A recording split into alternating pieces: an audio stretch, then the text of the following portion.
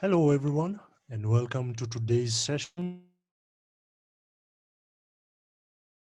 Will be the 9th installment of the Metadata for Machines workshop, but the structure won't be the same as it has been in the classical sense. Just to introduce myself, my name is Charles Kahiro, and I am the Creative Director of RaboWorks Africa, and I will be your moderator for today. So as Bart had highlighted, Eric will not be with us for today's session because essentially we will not be covering key content with regards to the Metadata for Machines webinar, but what we'll be trying to do is to take stock of the learning so far. So essentially it's to get your reflections and your takeaways on how the Metadata for Machines workshops have been so far. We have outlined a series of questions for reflection to help you express yourselves so that we can get your views on how the process has been so far, what your concerns are, what support you feel you need going forward. Also, we'll be able to gain data from it so that we can adjust the upcoming sessions of the webinars to help accommodate whatever your concerns are or your preferences will be. So I usually do say, let's have our mics muted to prevent disruptions, but today we do encourage you as a response to the questions, and as we have a candid, open and free discussion, you can use your mic to express yourself. And then as well, you can always use the chat box if you have any questions or if you're having any difficulties with your microphone.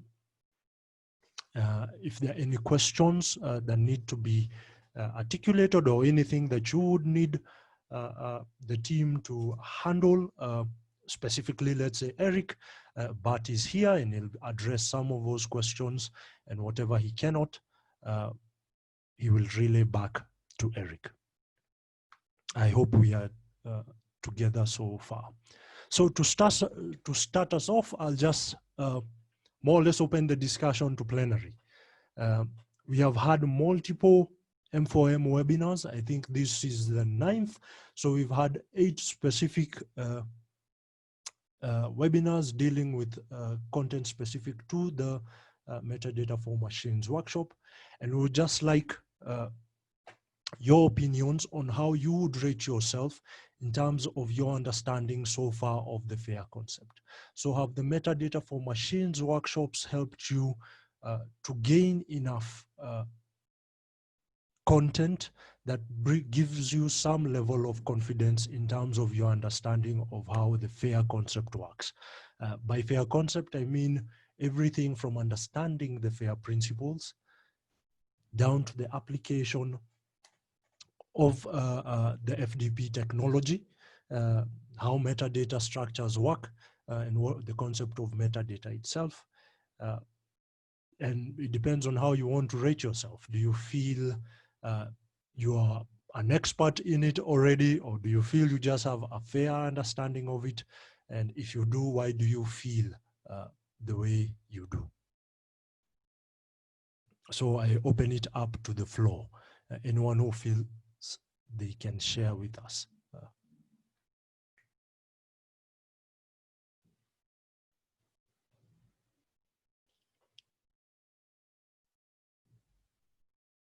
Don't be afraid. There are no right or wrong answers. It is simply an expression of thought and experiences.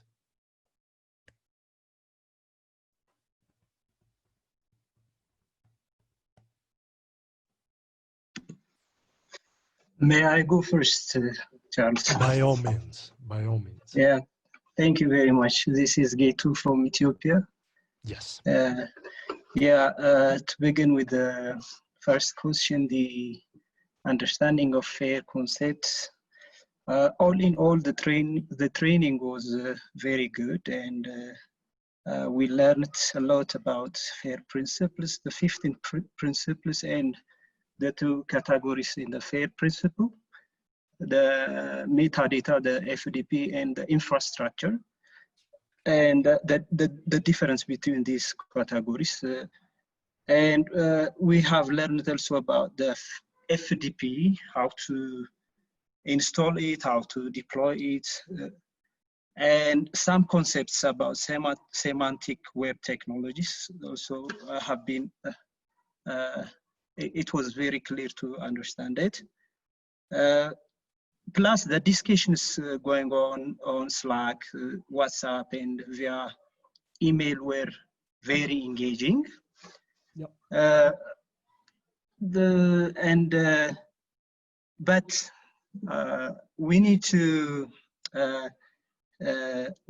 add more trainings on how to create metadata itself, and we better have training how to use the tools to create metadata itself. So this was the lag, I mean the gap so far. We haven't touched we haven't touched any, I think, any training on how to create the metadata itself so far. So Yes. I think this was the gap, I think, but all in all, the training was very successful, and we have grasped a lot of concepts on fair data and the use of fair data and how to create fair data. Thank you very much. Thank you, Getu. I think that was quite insightful, and you have raised a fair point. I believe coverage on the metadata concept itself has been, for the lack of a better word, is not as robust yet. We will be getting to it starting from next week. The focus has mainly been on trying to get everyone to understand the principles and the different sections of the principles, as well as trying to get all the installations and deployments on board, or more or less working, so to make it easier when we move to the metadata structures for all the layers, and how to generate metadata to make it more practical for individuals to put it forward. So yes, it is a fair point. I believe going forward, the issue on metadata creation, or the tools to be used, and how the structure will be covered in quite intense detail, starting, I think, from next week, more or less. Yes. Any other insights? I can see we have a lot of people in the room. Almost 30 of us.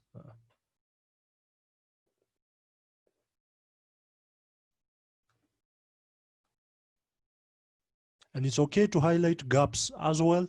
They will inform all of us going forward,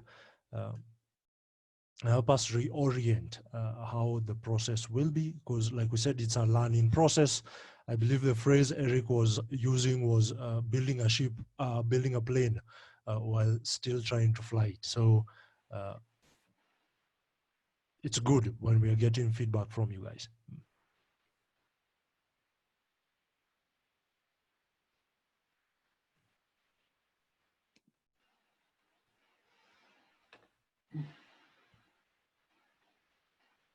Right. Charles, if I can say something. By all means. Yeah, first of all, for the people who don't know me, my name is Bert Neerman, and I'm from the Go Fair Foundation here in Holland. I work very closely with Eric. I was very glad with the, let's say, with the remark that was made by Getu just a few minutes ago. And when I discussed with Eric, we clearly had the feeling that for the team, it was important that there is first a kind of a foundation, you know, almost like a basic layer, so that everybody understands, you know, what are these fair principles, what is a fair data point, what is metadata, what is a metadata schema, all these things first as a foundation before, let's say, you wanted to go more into into the details in terms of actually defining the metadata schema. So uh, I kind of sense that also from the words of Getu, and I think it would be good if we could have a feeling for one of the other countries, if they experience that also in the same way, that there is now a solid foundation, basically in terms of knowledge, in terms of understanding, where Eric can build on top of to go into a little bit more deeper waters regarding metadata, you know, how to input it, how to manage it, how to create it, so that I think if we could have some feedback from the other countries, that would be very good. Yes, indeed. From Kenya, Tunisia, the other country projects, what are your sentiments on the same? Do you feel the foundational concepts were sufficient enough for you to gain a basic understanding or a robust understanding of the same so that we can be able to move ahead? As well as from the data stewards. The M4M webinars are mainly for you guys. So if you do tell us that your understanding is at a certain level, it would be great for us to have that feedback so that we know how to make amendments going forward and what adjustments to make. Hello, Charles. Yes. This is Dr. Nalugala, Hi, Nairobi, Kenya. Fine, Mm-hmm. thank you. Yeah, I think just 2 points. What Getu said, I concur with him. The training was really good, very useful. Yeah. It helped us learn a lot. Then we went to the level of deploying the metadata in our systems. Now, when I went to the Ministry of Health to give a feedback how far we have done, the question presented to me was to try and understand the difference between metadata for machines and what they call district health information software, DHIS2, which they've been using in Kenya since 2012. So where I am now is do a study and do a comparative analysis to see whether this DHIS2 uses fair principles. And I'm already discovering that it doesn't, but how do we incorporate or integrate the two technologies in our health centers in Nairobi? And I also discovered that World Health Organization is trying to use the same sub-counties in Nairobi to do an experiment study of how the technology can be used to understand better the control of COVID-19. So synchronization of metadata with the local technology is what I wanted to emphasize here. So this is a research I'm doing, and I hope within 1 week I'll be able to understand. But to do this, you have to have gone through the M4 machines workshop so that the two integrations can be understood. Because the Ministry of Health in Nairobi asked me, okay, can you give us a presentation on the differences between the two systems? And I think district health information software is used in about 60 countries globally. And I would be interested to see, for example, in the Netherlands, how have they used it? I know Eric said they're moving towards metadata. What about Tunisia? What about Ethiopia, Zimbabwe, all these countries? And then we see when we comparate metadata for machines, are we improving or destroying the existing facilities? I know we are improving, but maybe the local authorities may not understand this. So that's the question hanging around the health ministries, ministry in Kenya, in Nairobi. Are we improving, or we are just not improving what they're doing? So that's an interesting study. Thank you, Charles. That's great, actually, Reginald. We later will be covering a section on the challenges for implementation, and we can delve a little bit more into that.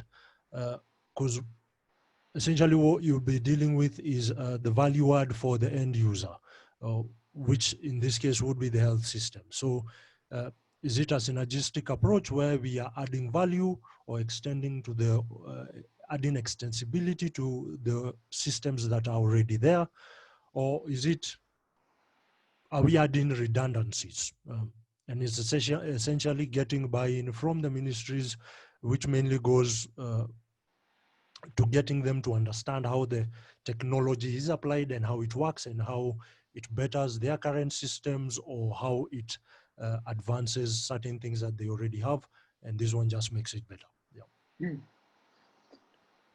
Yes, Thank Charles. you, Charles. Thank you. Charles, if I can also comment on the question of Dr. Reginald. Yes. You know, what is very important in our approach, that we want to keep existing systems in hospitals, existing health system in countries, 100% intact. And that if you look at the metadata that we need for the interoperability, that it is almost like a layer on top. It's like a layer on top. So it's important, if you talk to the different hospitals, if you talk to the different ministries, that we explain to them that we keep their systems intact, and that only for the functionality of interoperability, have this additional layer where you link it to the different components in the different health systems or in the different local systems. So it is definitely, it's not competing. It is not trying to replace something, but it should really be seen as an additional layer on top. And I will ask Eric also to possibly send a few slides to Dr. Reginald. So if he needs to present something, that he has some solid material to explain this. Yes. Well, as they say, the devil is in the details. Devil is in the details. Yeah, and it's when they get the tough questions that it becomes a little bit hard to explain. I do know from one of the papers I read written by Luis and some of his counterparts in terms of how the FDP is supposed to work, in one section as a standalone application and in another one as an extension of an already existing system. So it is those details essentially that would assist a good number of participants more or less to be able to explain the concept. Wandimo, I see you raised your hand. Okay, thank you. Just to say something on already a raised question, because as you see, this district health information system is more focused on routine health system. That's collect routine health information system. Just that is based on the service that's provided by patient. But in the case of this fair data point, it's possible to link different sorts of information, because this DHIS2 is more focused, as I've said, in routing, but some other information like laboratory, imaging, and different, including the research data source is not well synchronized with DHIS2. So I think it's good to use this fair data point, then, because fair data point is used to synchronize those all information system into one platform. So I think it's strengthening more in addition to the routinized information system. Yeah, so and I think that's I think that's a great point, actually. If majority of the countries in Africa are using the DHIS system, then we can more or less look for information or avail information that helps link the two systems, or the compatibility between the two and how the two sources of data or how they manage data, how the two systems or how the two systems relate mainly. So taking DHIS2 and the fair data point, so we can have more information on it, which helps all the country leads when it comes to trying to argue that point across, specifically for that one. I don't know if all the other countries are using the same system. In Uganda, any feedback?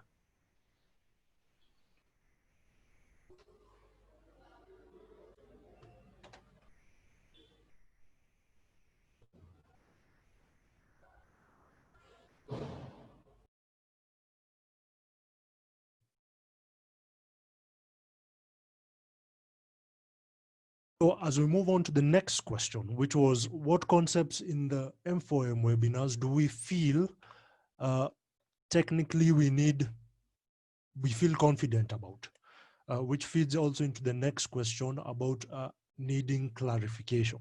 So we have covered a lot of concepts in the past few weeks.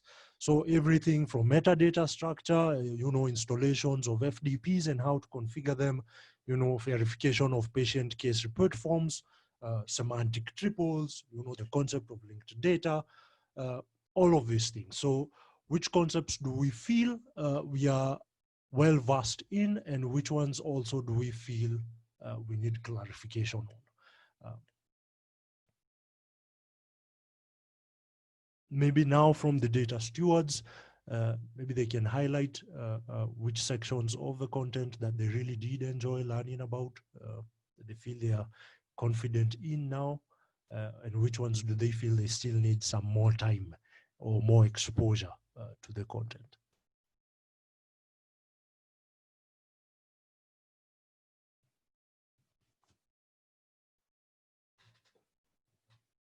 And your feedback on this will be great because it will help us know which sections to generate more materials on. If it's the installation that is still giving people issues, we can generate more content on that, offer more support. Or if it's understanding of the semantic triples, or how the concept of the semantic web or linked data works, maybe we can generate more content around that.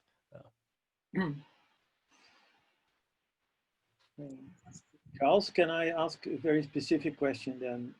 Yes. If there's nothing from this group yet. What I could feel is that for some of the countries, it could have been maybe a little bit difficult to understand the difference between, let's say, the installment of a fair data point as one exercise, then the deployment, and then the assurance that the fair data point was also linked to the internet via the call home function and visible all the time. So I can understand that caused some confusion because some of the data stewards might not be in full control of the server environment. And of course, they have to go to technical people to get this done.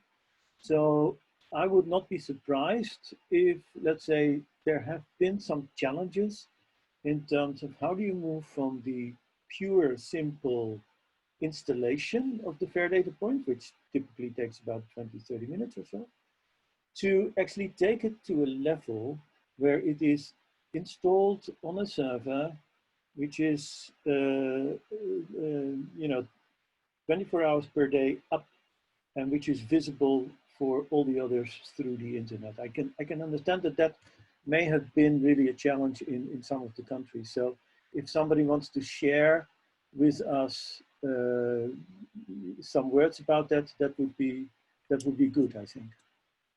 Yeah. What were some of the challenges experienced during the FDP deployments, or we are still experiencing till today? Like Bart is highlighting, is it an issue of access? Maybe the data stewards don't have access to the resources or the servers that are required because management of those resources rests on the hands of someone else. Yeah. Obina, I think Obina is raising his hands to address the question. Yeah. Okay. Hello, everyone. Hello. I think in terms of the production deployment, the server requirements for the production deployment is not really very clear, because I know here in Uganda, to install the fair data point on the university website took some time. So if we can be intimated with the server requirement for the production deployment, I think it will go a long way in the Vodam project for everyone. So was the issue the documentation itself? Thank you, Obina. Was it Charles, access? if I may speak on that, Charles? Yeah, yeah. Yes. It was one of the questions we had posed to Louis and Kes at the beginning of the deployment stage. Then we wanted information on the server requirements, and we wanted information on the naming convention of the access path, the URL for the FDPs. Yep. So the response then was that the GoFair really does not have any information on the requirements, and there are no strict rules, because we were thinking that for uniformity's sake, we should have a uniform naming convention. Are we going to have FDP dot the host dot whatever, or do we have the host domain slash FDP dot the extension? So we couldn't really agree on that, and then we on our own just decided, okay, let us make it FDP dot the host domain, which is what most of the deployed FDPs, which is most of what you have if you check the FDP listing page. Then on the server requirement as well, because this is like an entirely new process. So what we did was the first successful one, the one that was successfully deployed fully on on an owner domain. Let me use the word owner now. KIU was the one for Uganda, the one for KIU. So what I did was to pick the specific metrics, that's the different specific figures for that of the KIU FDP, and share with the other countries that will take that as the minimum requirements. There is every possibility that one for Kamukunji, for example, could require larger space than the one for KIU, or the one for Pongwani could require something larger than that of Mekele, depending on the size of the data. So, but we now decide to make, the specification for the KIU FDP as the minimum. So depending on the available resources for each of the hosts or the owners, the FDP owners, now they can decide to extend. But then I would also like to say that we're still in the process, we're still in talks to know the most optimal, the most sustainable deployment options for all the FDPs in the Modern Africa project. Yeah. So if I'm hearing you guys correctly, it's having more detailed production documentation that specifies a lot of these issues, whether it's naming conventions, specifications on server architecture, down to ownership, or what the preferred server solutions might be, to make it easier for the country projects to deploy all these FDPs, if I'm getting you correctly. Yes, in a way, yes, that's correct. Because part of what Louis and Kes are also doing, most of these feedbacks are going into the documentation. And Eric had also discussed with me to start a process with the data stewards documenting their experiences, like what we're having today, but it's going to be in written form so that some of the issues that come up will actually go into the documentation that will now guide the overall final deployment and future deployments as well. All right. So what I've outlined earlier is where we are. What have we done? So we've had to improvise and say, okay, the first successful one, let us take it as the minimum for now. Are the other countries having the same challenges, or are they different?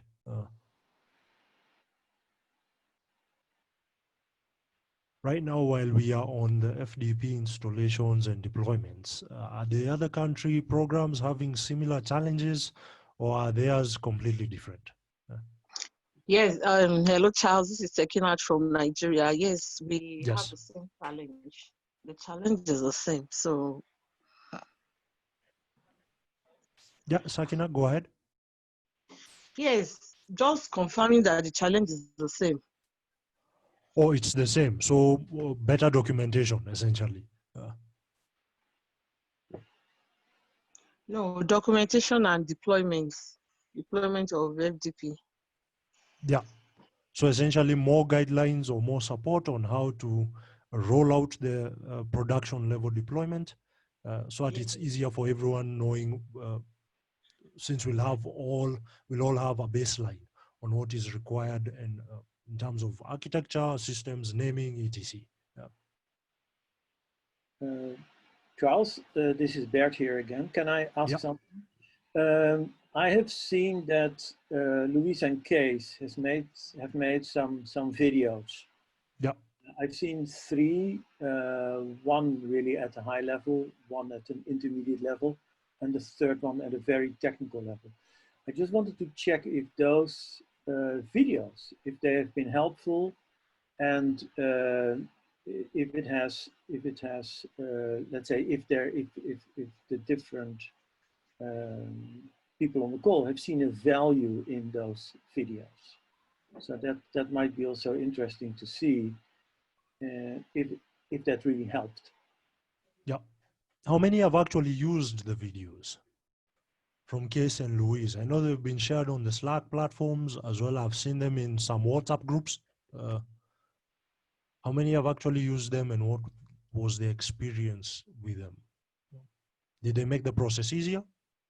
I see Reginald saying the videos were actually quite helpful in the chat box.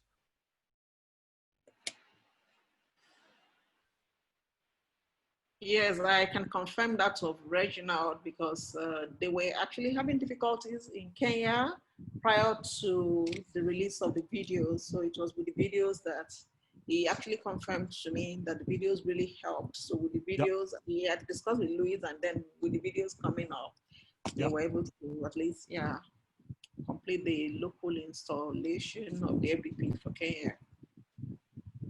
Oh, great. Yeah, good. Nambobi, I know you had raised your hand. We have not forgotten. Which number? Nambobi, yeah. If you can hear us. Nambobi, are you there? I can see in the chat box, the comment is, yes, Nambobi is confident about the FAIR principles, the vocabularies. They think that they need to be integrated with the view of Uganda, like the sub-counties, the health centers from 1 to 3, etc. Maybe they can clarify on it, as well as installing the FDP locally, and at least a few takeaways from the production level deployment. Okay, and she's from Uganda, eh? I believe so. Yeah. Bobby is from Uganda, yes. Yeah.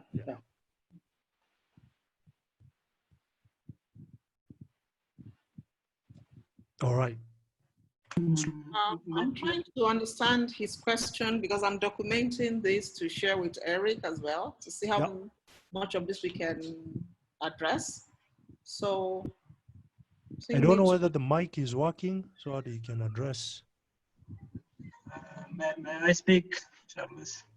Yes, yes, please. Yeah, I have a different idea on the server space. Yeah.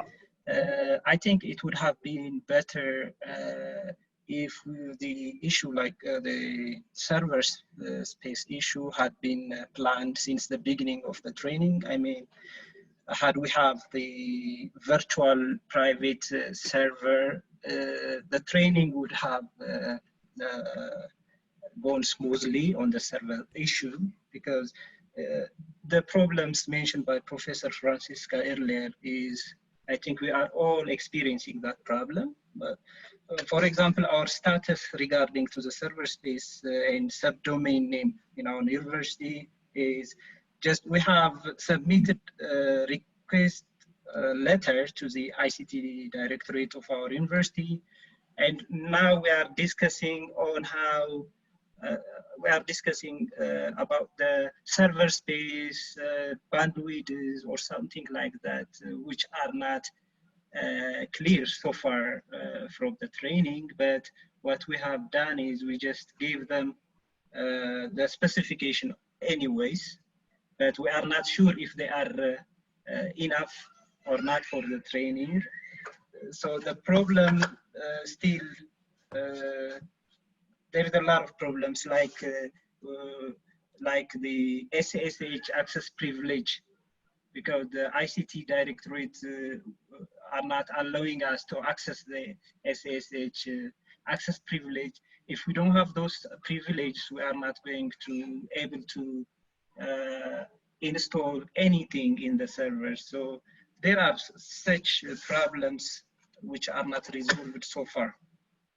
Thank you. I think that's great, Getu, because it brings us next to the question that we are currently on, which are what are the challenges do we envision with regards to implementation, the ones that we've experienced now and then going forward. In terms of, is buying the problem? Is it convincing the other individuals on the value of the FDP, or are they convinced, but we have other bureaucracies in between that hinder the process from being a smooth deployment?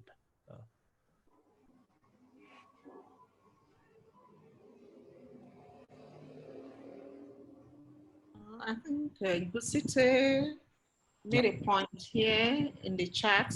Yeah. So I think if we're all running on a common platform of, let's say, the same operating system, it would be too easy. Unfortunately, we will not be able to do that. We can't compel people.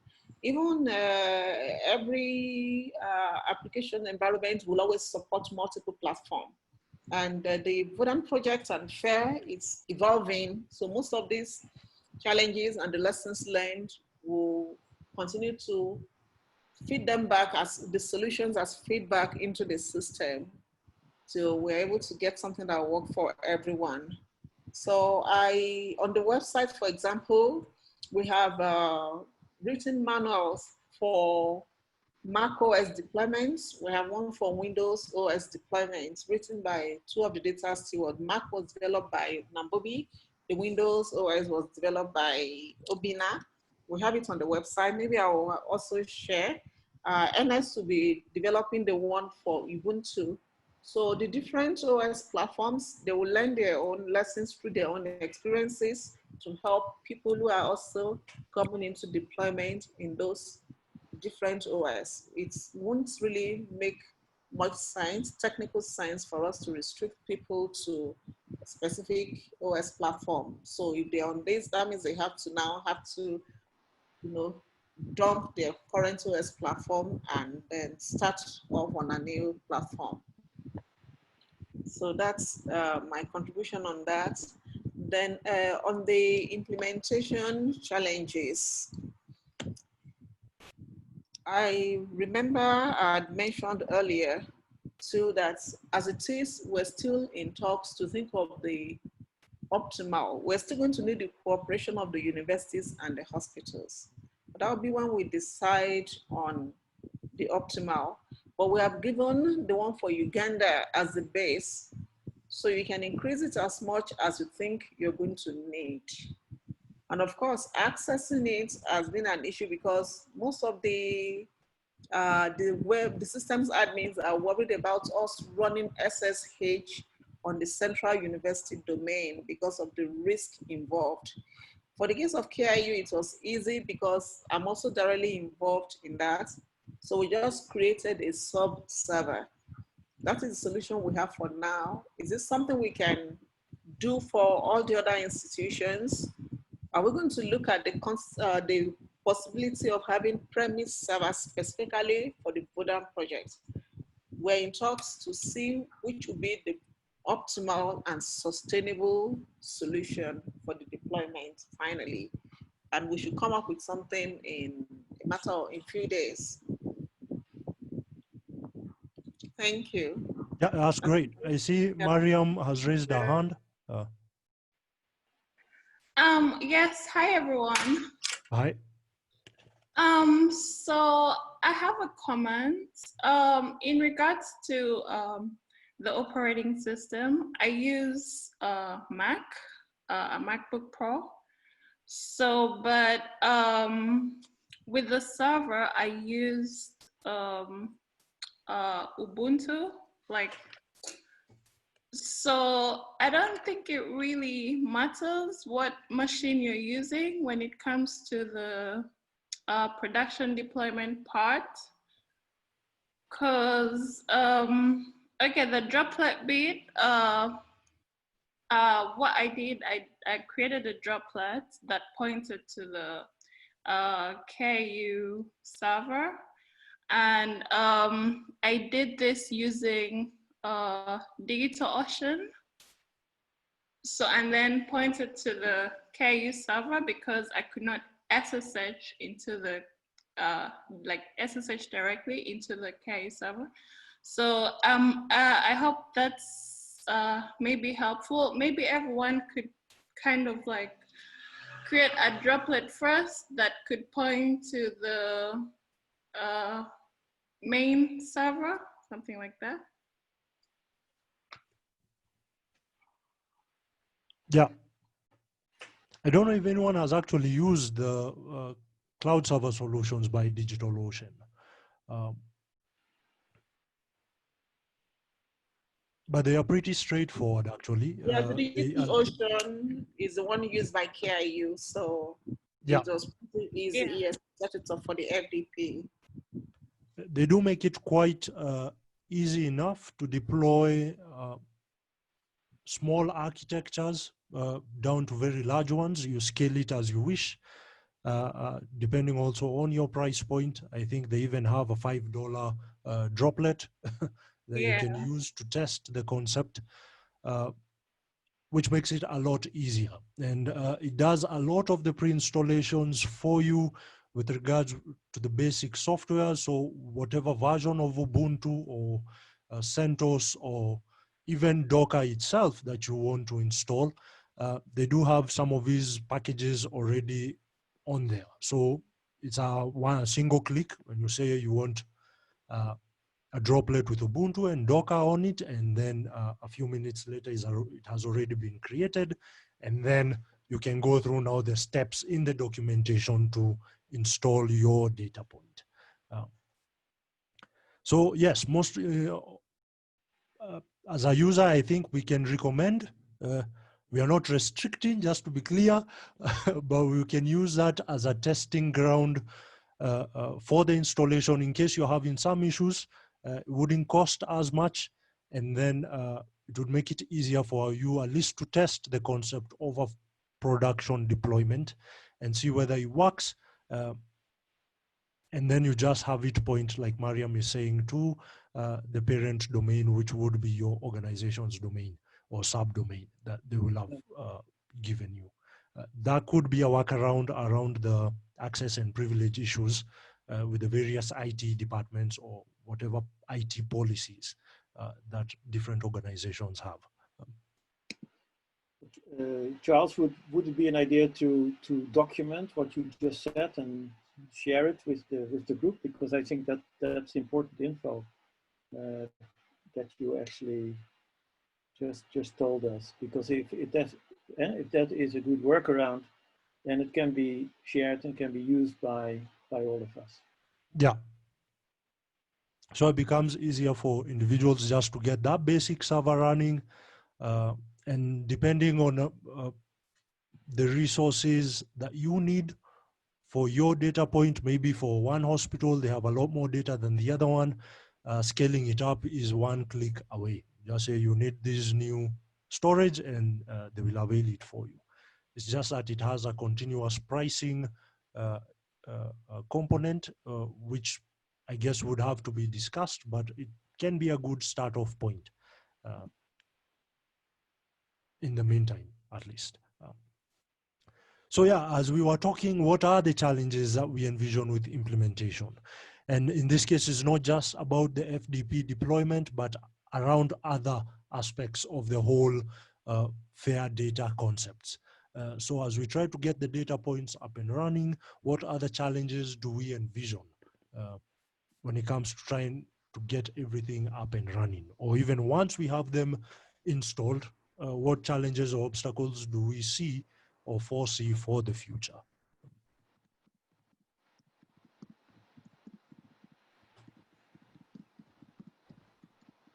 This would be a great point for the country coordinators or project leads to give their contributions with regards to the different contexts in the in the different countries.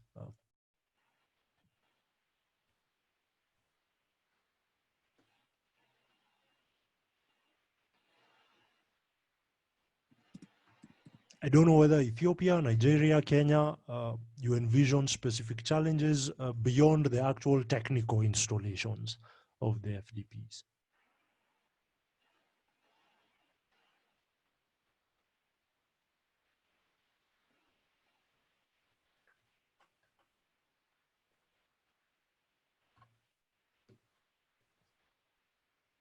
Those challenges could be around the issue of stakeholders. Critical to the success of the implementation. One thing you've been mentioning have been the IT policies or the ICT teams in the different organizations, trying to get them on board to make the process of just installing the FDP a little bit smoother. But what about everything else?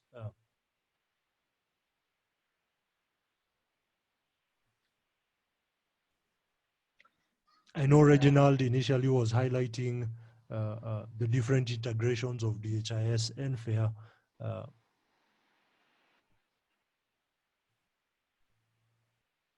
Which meant, getting on board the teams from the health ministries.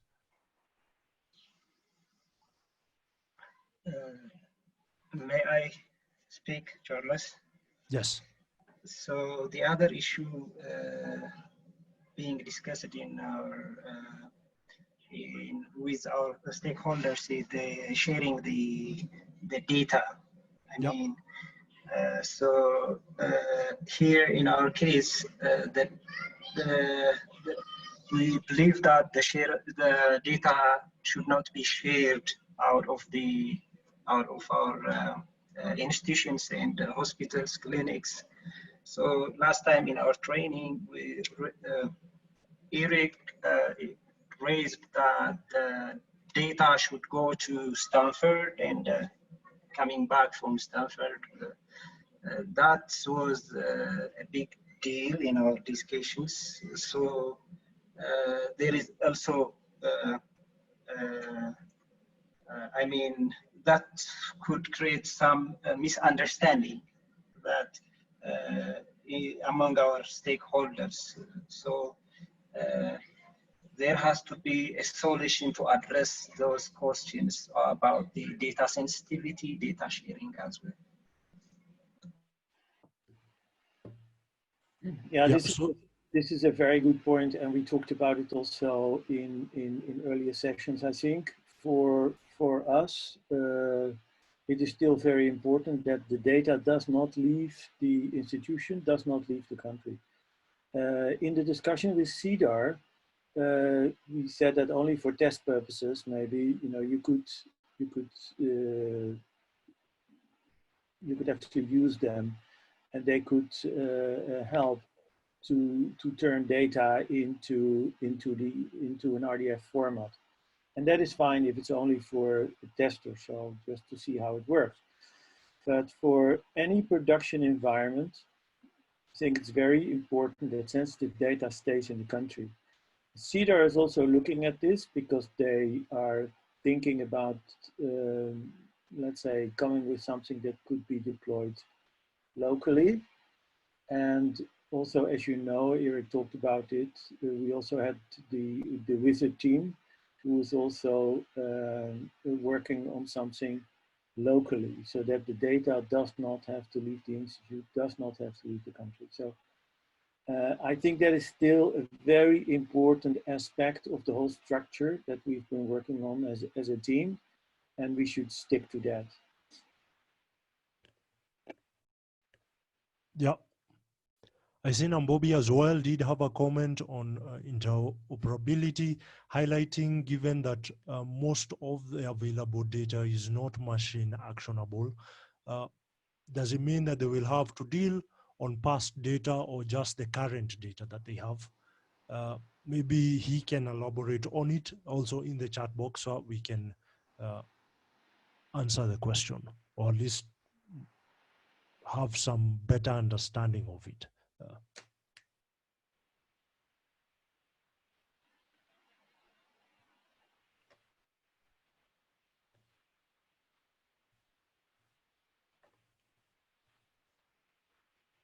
And I do like the question on data sharing. I guess that's where the visitation element or data visitation element comes in. Once more, like I said, the devil is in the details. It's how it's going to be done, and more or less proving the concept so that it's easy to convince all the stakeholders managing essentially this sensitive hospital data that actually there is no data being shared out there. People will just come, the means will be using algorithms to just visit the data and then pick whatever it is you need, see what is there, and then leave it there. Also feeding into what Francisca was talking about in terms of localization of data hosting and those elements. So it's more of getting out more information to you guys in terms of how that visitation works and how it will be managed to guarantee things like privacy and the rest. But has also highlighted the roles that CEDA and also companies like DSW will play. I do know DSW, they did say they're working on an integratable function where you actually don't have to go to their platform essentially to store the data there. Same for CEDA in the foreseeable future, where it'll be just something that you integrate onto your FDP that allows you to generate the forms and everything else. And the data still stays where it is hosted. Yeah, very important. Yeah. Yeah. So beyond data sharing, I'm surprised no one is asking about the actual digitization process. So if there are hospitals that actually have most of their data in paper format, how exactly will it be converted into, digital format? Are you going to convert all the records, or is it some of them? Will it be some form of sampling?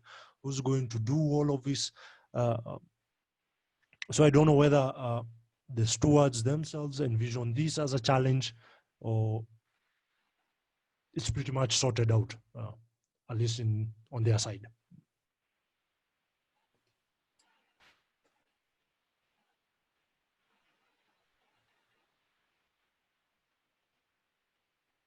Maybe some info as well from the country programs.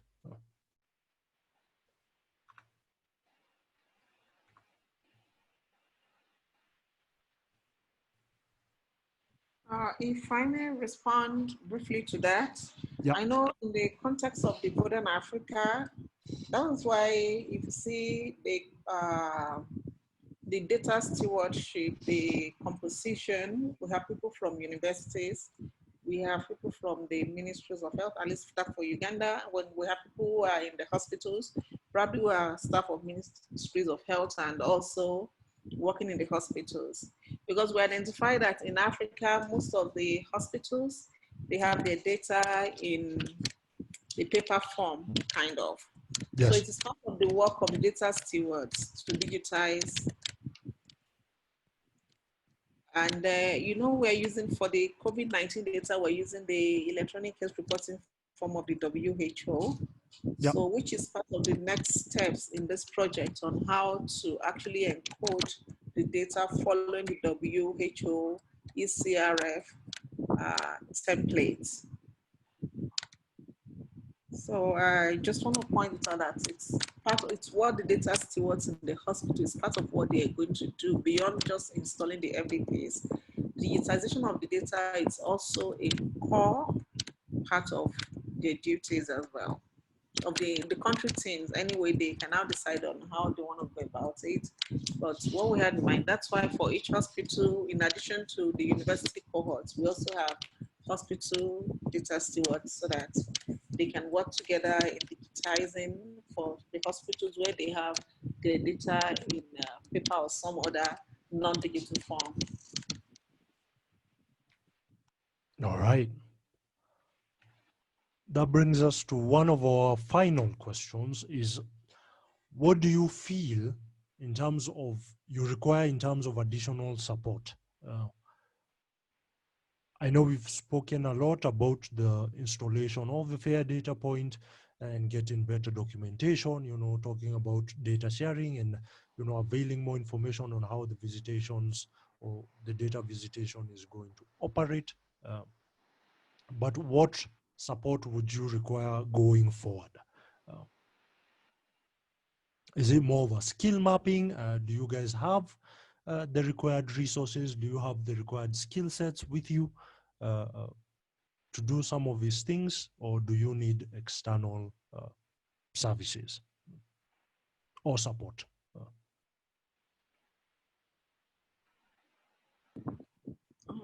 Okay, thank you, Charles. While I wait for the other participants to respond, there's a question I've been getting from some of the data stewards because I try to do a one-on-one with them from time to time across the countries.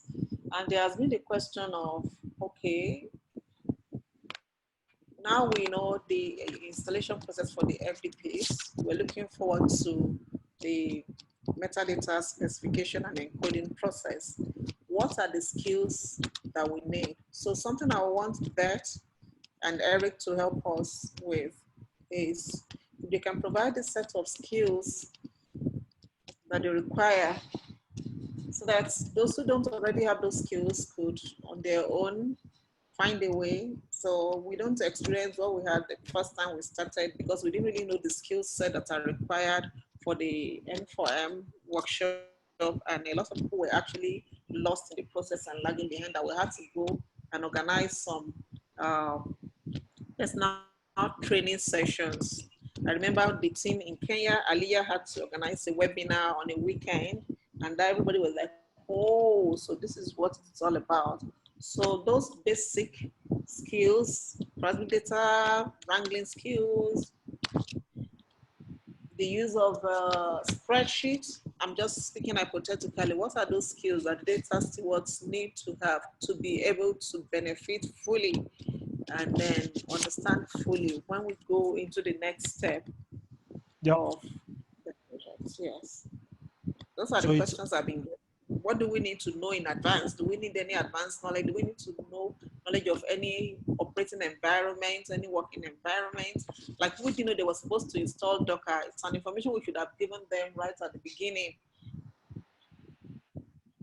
All right, so it's more of knowledge prerequisites required before, or at least going forward from this point on, with regards to the M4M webinars, for them to make it easier for them, either to source for these skill sets or acquire this knowledge beforehand, before we move, as we progress into the next. And I think there are some systems and environment they need to set up. Yeah. Like many people could not follow the FDP installation webinar because they didn't have Docker. And while it could take somebody 10 minutes to install Docker, some other system could take 10 hours, depending on the speed and then the network speed and the rest of them. So if they know there are some environments they need to set up, there are some places they need to enroll to set up accounts and have access, if there are documentations they need to read, yes. Those are the questions that have been coming to me. All right.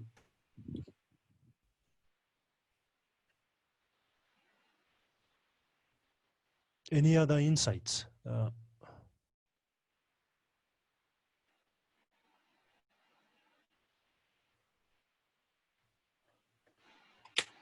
From maybe one of the data stewards or any other country program in terms of like the support they require. I see Nambobi is saying hardware. Does that mean your own machine that you're using, or is it server hardware? Or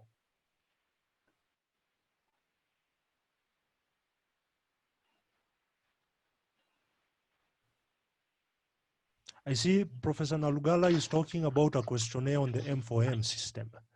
Maybe you can elaborate on it.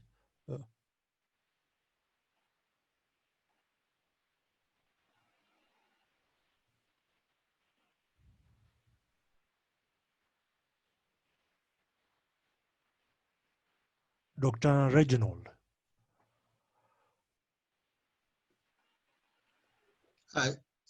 Yes, Charles, I think it's just now to do the practicals. I think that's where Get2 had set us off. Just the practicals, then we discover where the shortcomings are. Oh, all right, so essentially it's interacting with the actual FDP in practice. Yes, and that questionnaire we have from World Health Organization, just to try it out. Perhaps you need simplification. Perhaps we need to find out another way of bringing it out to capture the same results. All right.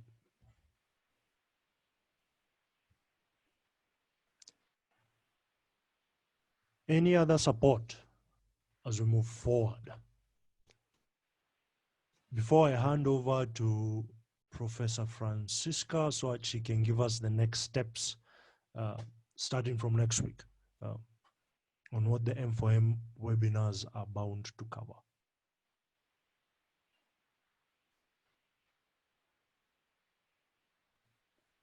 Going once, going twice. Sold to the professor. Oh, wait, hold on. I see Nambobi is highlighting in the comment section. Maybe support on both the server and personal PCs so that they can know what the requirements for the hardware will be while we are doing all the implementations. And I believe that has been spoken about even before. The need to have proper documentation in terms of what the requirements are for all the servers and personal PCs while you are dealing with the FDP deployment. Yeah. All right then, so I hand over to Francisca, who will take us through the plan for the next week, or at least give us an overview on it. Thank you, Charles. I don't have any slides prepared, and I'm still in talks with Eric. But one issue that has come up, we're going to be having discussions in the background with the country coordinators on some of these issues, especially the question of ownership. We're still on that. And then also the question of localization. We need to have a discussion on the concept of localization. What does it mean in the context of the Northern Africa? I'll give an example. For example, we have the KIU FDP being hosted by Digital Ocean. If you talk about localization, that means it's not local in Uganda. And we actually want to have this local in the countries of deployment. So those are the considerations we're going to be looking at with the country coordinators. Then as the Vodafone Aid team, we have a pending issue, an unfinished business, which is the scoping exercise that Eric can prepare for the data stewards. They have not been completed up to now. I actually was expecting that people will talk about the challenges that they have faced in trying to complete the scoping exercise. So I'll be in touch with Eric to make sure by next week that we look at the scoping exercise in addition to everything else that he has prepared for the M4M, so that if people have challenges, they should prepare their questions. So we'll work towards completing the scoping exercises for all the identified FDPs for the different countries. Thank you. That's great. Scoping exercises, discussions on ownership and localization. And I believe we'll be delving even more into the metadata structures going forward. As always, any issues on the FDP and the troubleshooting will be handled also in the troubleshooting channel on Slack. But we have taken into account your comments from today. We'll try and so people can test it out. At least I know in Ethiopia, there's an issue about being able to buy any software online. Getu had highlighted, but for those who are able to try it out, maybe you can give it a chance and then see how it works out. So I don't know whether we have any closing remarks or comments, opinions, ideas before we wind down. Charles, if I can just say something. Yes. I'm very impressed that, in those 8 weeks that Eric has run these workshops, that there is already such, you know, a great spread out knowledge about FAIR principles, about FAIR data point, about metadata. So I'm very encouraged, you know, by the stock taking that we had last hour. And I think it was a very good idea to just, you know, have a moment to think about, okay, what have we learned? What are still the issues? What are the challenges? And what do we need to do when we go forward? So very good exercise. Thank you for hosting this.